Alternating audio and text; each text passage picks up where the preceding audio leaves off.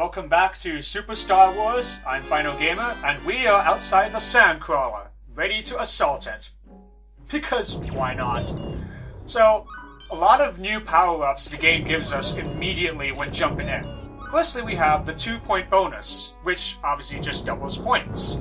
You might think this is not that useful, and the game is just trying to keep with its arcade-style roots, but I think it actually makes power-ups come more often. First things first, we have a thermal detonator, and this is a special little tool here. I kind of forget to use it in this stage, but basically it's an area bomb. You can blow up and destroy any enemy in the area with it. But they don't carry over into other stages or so. Believe me, I tested. So, we're killing Jawas and climbing up this complex machine of sorts, and grab a new blaster. We have the Seeker Missile. The Seeker Missile is one of the best power-ups of the game, and honestly, you can't go wrong with it. Because obviously, it seeks out enemies. But it can only seek out enemies that are actually enemies, rather than passive things like these little vents here. You see the little rectangular vents that I was trying to shoot there? That one. Well, those shoot out flames, but the Seeker doesn't register them as enemies, so it doesn't hurt them. But anything that does try to shoot at me will be counted as an enemy. And so, yeah, we're just going to climb up the Sandcrawler, destroy everything, and then get inside. I mean, who cares about Jawas, right? The Seeker is both a good and a terrible weapon, because on the one hand, it will focus on another enemy like nothing else. On the other hand, it's not going to shoot at something you want to shoot at if there's an enemy nearby, like so. I'm kind of trying to shoot these fire vents, that don't really hurt me, but they annoy me, so I'm trying to shoot them, but the Seeker is just like, no, I want to go this way! Some of these shooter, circular slots like to drop hearts, so I grab one. I also found out you can actually do the super jump while you're shooting. It's the same thing, you just don't do the whole spinning animation. So that's okay. The Sandcrawler is basically the big stopping points of the entire game. Not this level specifically, but this area. It's just a very difficult level once you get to the inner guts of it. And I'm going to show you why about halfway through this video. And I'm kind of excited for it because there's so much bullshit that you don't even believe. So the Jawas themselves are not that annoying. They do throw thermal detonators and occasionally shoot you. The thermal detonators, the worst problem is they can push you off edges. That's the worst thing. Explosions can push you off edges. That's really annoying. You're gonna hate that very much when you go through the game. But other than that, they're pretty harmless. They were actually more harmful during the Mode 7 stage than anything else. Those large square vents, they will release annoying security droids. They fly around the area shooting at you, and if you don't have the Seeker Missile, you're not going to be able to hit them. These guys, I meant to grab a heart here, and I almost fall off the Sandcrawler. These turrets are really dangerous and can take a lot of health off. Like, look at that. That's like 1/5, 1/6 with one shot. That's pretty dangerous. They're not difficult. I mean, the Seeker can destroy them well, but they're just kind of a last little slog for knocking your health down. And I'm just going to be all dramatic and jump in like a boss. And I somehow got a power-up right at the top of the thing. So there was a power-up actually hidden above the exit. That was great. And you're going to see the next awesome power-up when we go inside the Sandcrawler. Rapid Ion. Rapid Ion is fucking amazing. It's, well, as you can see, it just rebounds off walls like nothing else, and is insanely good. Speaking of insanely good, we also got another power-up, the Health Sword. The Health Sword elongates our life bar. So pick those up every time you can, because, well, you want more health.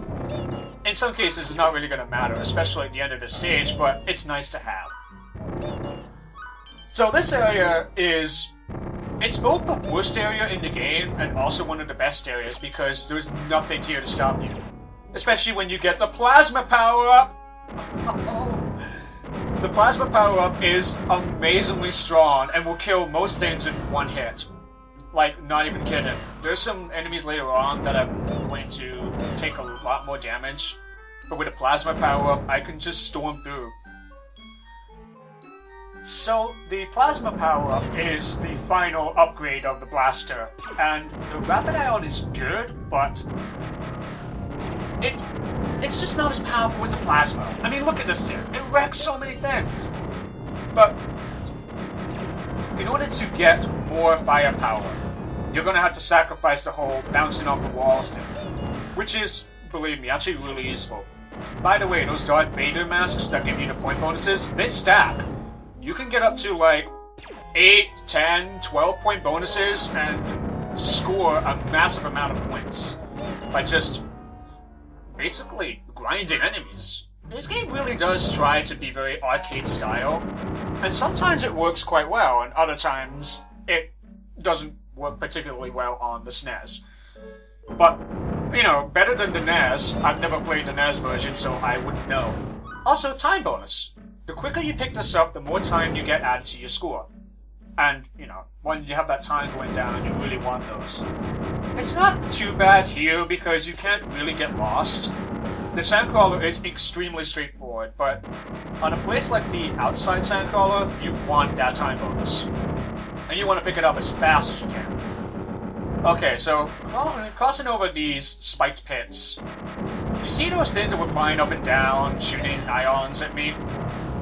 With the rapid ion, those take about 4 hits. Plasma, 1. Just 1 hit. The problem is they shoot out a lot of debris, and that's really annoying because it pushes you all over the place. That's the worst thing when fighting machines. Because the debris pushes you all over the place because it's an actual solid object, instead of being like background color or something. Which is really bullshit. Also, those spikes will not instantly kill you, which amazes me. I mean, they do hurt like hell, but they don't kill you instantly.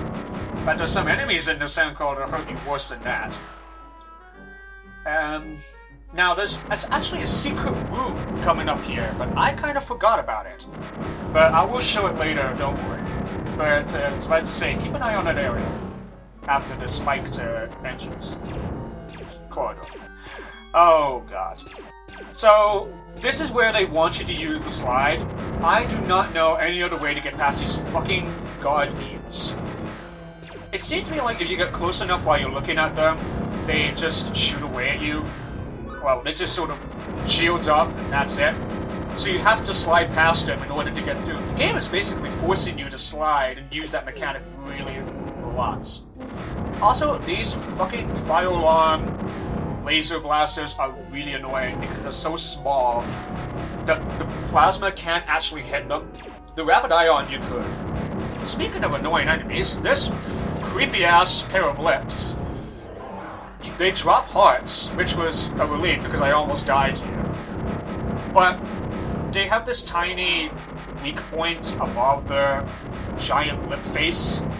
Actually, what are these things? I don't remember them in the movie. What the hell are these? Anyways, and this is me checking for power-ups. These little ball sack things on the left and the right, they're really annoying because they can tend to push you off platforms again. And then we have these crushers. Honestly, not that big a problem as long as you do just slide once, because if you slide twice, you'll slide into another crusher. If you just take your time, everything's okay. And you have a lot more time than you expect to have in this. Also, dick move there. I make him pay for that. Another problem with the ball sack flamethrowers is that you can't hurt them while they're shooting, which is, again, rather annoying. There's a lot of annoying things in this level. It's like, on the one hand, it's not difficult to go through, but on the other hand, it's kind of a chore. And honestly, I could say this is my stopping point for the whole game if I don't get through this level in one run. Now there's a mini-boss here, but I was looking for a blaster or something here, and this fucker appears out of nowhere! I don't even know what that is. Then I found out he's the one that drops the blaster. Probably from the last guy who came through here. So now the game decided to be disturbingly generous and give us a bunch of health and hearts. Which is absolutely fucking pointless because sand lava! Fuck this sand lava! Fuck everything in this sand lava! This is the worst part of the goddamn game, and it's not even begun yet. Firstly, if you fall in that lava, you die. Secondly, those lava arc things, they will push you into the lava, where you will die. Thirdly, this corridor is not really much of a problem, it's just there to dick with you. The real thirdly is the boss. But don't worry, with my courage and determination, I'll be able to fuck. So that's the lava beast Jowenko. He's an asshole. He fucked me over in my childhood so many times that I stopped playing the game if I didn't get past him. And now I'm stuck with a shitty-ass blaster, which makes everything pointless, because you don't get enough blasters in order to get out and through this area. So it's honestly better to just restart the whole game and try again with a charged-up blaster. Because honestly, there's no point going through it with a weak-ass blaster unless you really want to challenge yourself. And I don't want to challenge myself that much, so guess what I did? I decided to leave this part in because something amusing happened along the way here that I wanted to keep in. I literally had to restart the whole game just to get past the Jowenko because I really don't want to go through the whole thing. Okay, now watch where I go when I stand on this platform. Debris knocks me off the fucking platform! God damn it! Let's go all the way up. Okay, not a massive problem. I didn't fall down the way. Also, I found a new power-up. Shields! It's temporary invincibility. Nothing special. Now, onto that secret room I was telling you about. You'll remember I mentioned this like 5 minutes ago or so. If you do the super jump to the far left, you'll go into the wall here. Inside, you'll find some wonderful power-ups. 2 blasters, 2 hearts, a ballsack flamethrower to dick you over a little, and a 1-up. Gorgeous. So I feel a lot better about remembering that. So now we can head on to the boss. And don't worry, I do actually clear this time. I really hate these fucking fire alarm things. So the trick to dealing with the lava beast is focus on him and always jump because you will be able to correct yourself when jumping. Whenever he opens his mouth, jump. If he's kind of at the height of his sprite, then you can kind of duck, but it's really safer to just jump because you can correct your jump in order to stay on the platform. And honestly, that's the safest way you can do it. Because this lava is insta-kill. I don't even know why the lava is insta-kill compared to the fucking spikes. So we finally get to R2-D2, and this level is over with, and we basically finished the game. Because once you've done this, everything else is easy.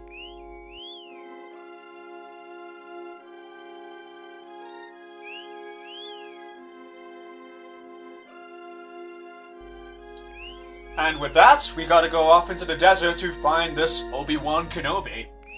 I don't know who he is, so let's go and find him in the next part.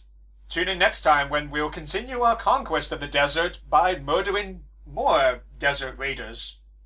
Whatever they are. Someone can remind me about that.